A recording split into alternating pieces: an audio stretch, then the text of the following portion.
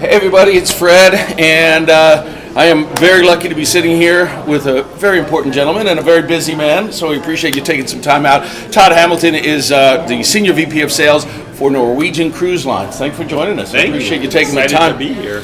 Well, as we heard someone say yesterday, it's better to look through the windshield than the rear view mirror, so we're not going to talk about the last 18 months, which we know what everybody's been going through. What I want to find out, I want to talk to you about visions for the future, what NCL has coming down the pipeline. But I want to start with what's going on right now, which is protocols, your Sail Safe program that you guys have.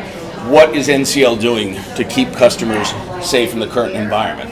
Okay, so we had the Healthy Sail panel that we did. Right.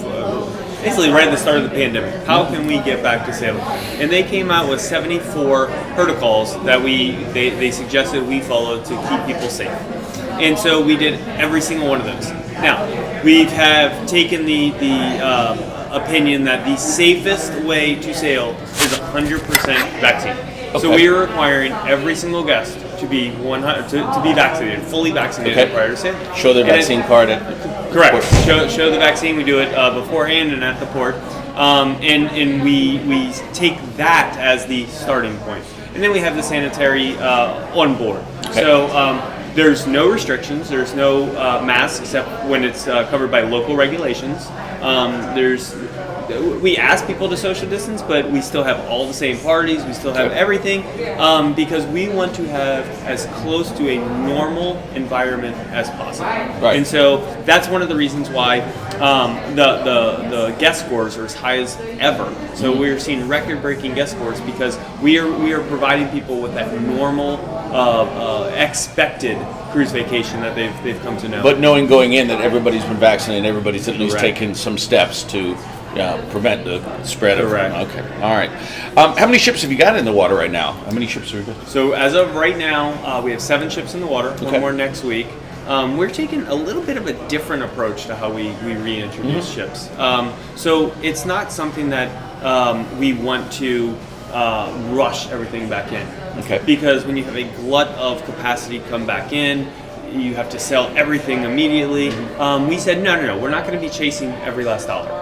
We're going to reintroduce the fleet in a conservative and deliberate way in order to make sure we can provide the experience to the guest and to support the travel agents to make sure that we're doing things the right way. Good. And so it's not rush, trying to get everything in. We're not actually going to get everything in until March of next year. Okay. And that allows us to make sure that we're taking the learnings from every voyage and applying them fleet-wide so that we can provide the right experience. Okay, that was going to be my next question. So you're thinking by March is when you think you'll be, for the most part, 100% in the water? 100% in the water. And capacity too? Right now, what are you running? What is ship running? Yeah, it's fantastic because we have a full complement of crew. So, you think of hotels right now and they're struggling. It's a personnel issue. They're struggling to get bodies. We were just in Vegas and didn't have housekeeping the entire time because they can't get enough people. Right. Whereas on board, we have a full complement of staff. We're doing housekeeping twice a day,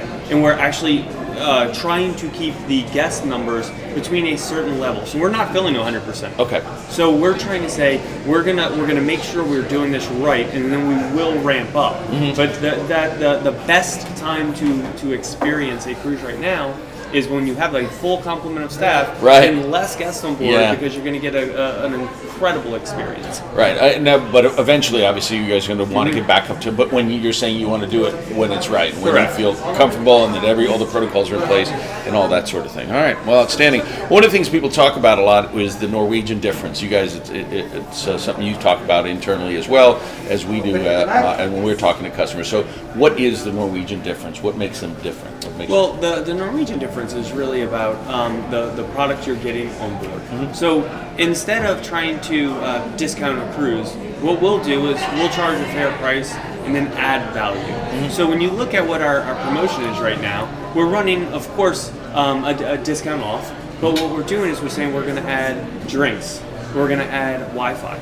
We're going to add dining. We're going to add Shorex. We're going to add extra people in the cabin for free. And that value is so astronomical. And so when you look at our price, our starting price might be $6.99 and the competitor might be $3.99. But you break down, what am I going to drink? 2 nice glasses of wine a day and a beer. And then you say, okay, well, the discount on Shorex is going to be $50 per person per day, and the free dining. And so you look at that, and that $3.99 price, if you're actually paying for those, skyrockets what someone's paying, whereas ours is all inclusive. Okay. So you're going to get all that value inside of that price. So we'd rather just tell you up front and then add value and give you a great experience. And you do have a lot of things to offer to people. And one of these we were talking about to someone else when we were comparing cruise lines is Norwegian. One of the many things I think you guys do great is that you offer something for everybody.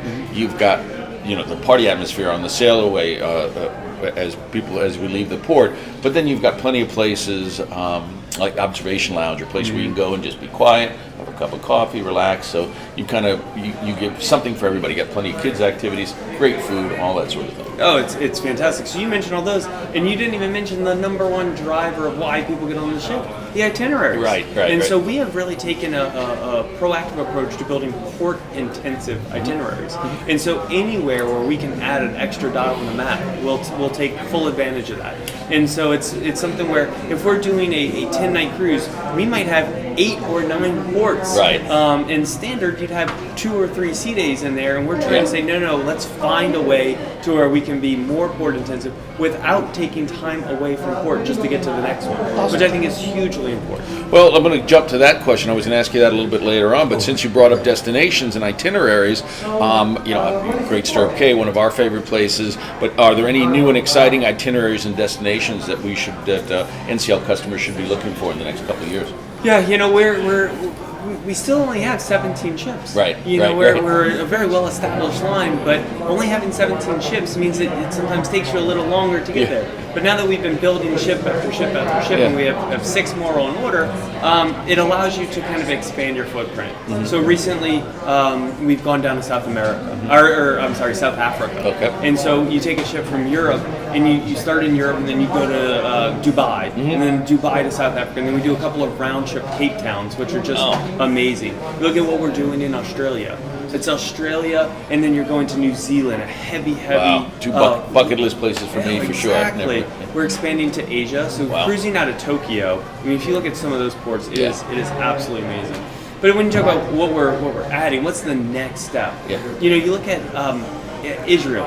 A lot of people want to go to Israel, and it's a great thing to do as a group. And so we're going to go Haifa to Rome in 2023. Wow. And that's going to be one that is going to be just absolutely stunning. Yeah. Well, you brought it up, so let's talk about ships. And some, you said 6 of them coming out. Prima next year. Let's talk about the Prima. We're booked on it in 2023. Can't wait.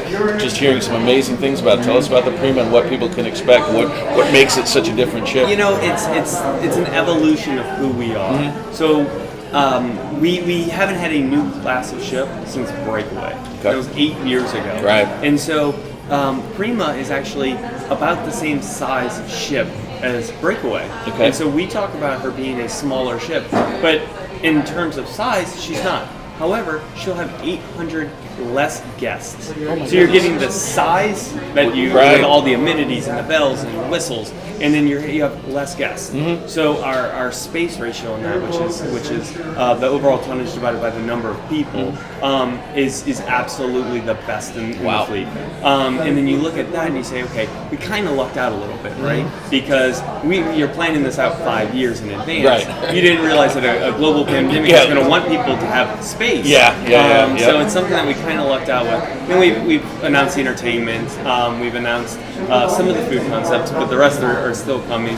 And then the outdoor space is what I'm most excited about because everyone takes cruises for the outdoor space because you're going to a destination. So you're going to the Caribbean, you're going to Alaska, you're going to Europe. You want to be out there. You want to connect. You want to connect with the sea. And so Prima has twice the amount of space that Norwegian Breakaway has. My goodness. So it's something that I'm extremely excited about. I'm going on her in August of 2022. Oh, wow. I can't wait. We're counting the days. When is it supposed to be in the water? We take ownership in July. And then okay. we do a couple of test cruises. So August will be the first sailings. That's very exciting. It looks like, from what we've seen, just artist renderings and things, it's going to be a beautiful ship, a game changer. Beautiful. Well, what about, you mentioned there's 5 other ships, and we don't have to go over all of them, but what else? So beyond the Prima's next, and then what are we expecting next week? Trying to get the next name out? Yeah, we don't have it yet. Let's name it right here. So no, it's unfortunately which hasn't been named yet. Okay. We're still introducing parts of Prima. Wow. So there's still more announcements to come, but the ships after that will be just. I don't even know how to say it. It's the small incremental steps that you can take to make a ship better. You think of breakaway to getaway, getaway to escape, and then once you get out to Bliss and Encore, they feel like a different ship than breakaway, but there's the same class. There's a breakaway plus, just a little bit bigger, and they feel like completely different ships. So we're going to take the learnings of the new class of ship in Prima and just constantly improve. Outstanding. So, folks, a lot to come with NCL. One of our favorite cruise lines, and we sell a lot of it at Travel by Georgia. In fact, we're going to talk about that in a minute. Our percentage of our sales. We were telling Manny earlier, who's our business development person for our region, and he was surprised. But Norwegian just does it all, so we can offer pretty much whatever guest we have that wants to go on a ship. Norwegian has something. We have something that fits. Outstanding. Well, folks, that's about it. Thank you very much. Appreciate you taking the time. I know how busy you are, and so look for this on our YouTube channel and all over the internet, and very soon. Thanks again. Thank you.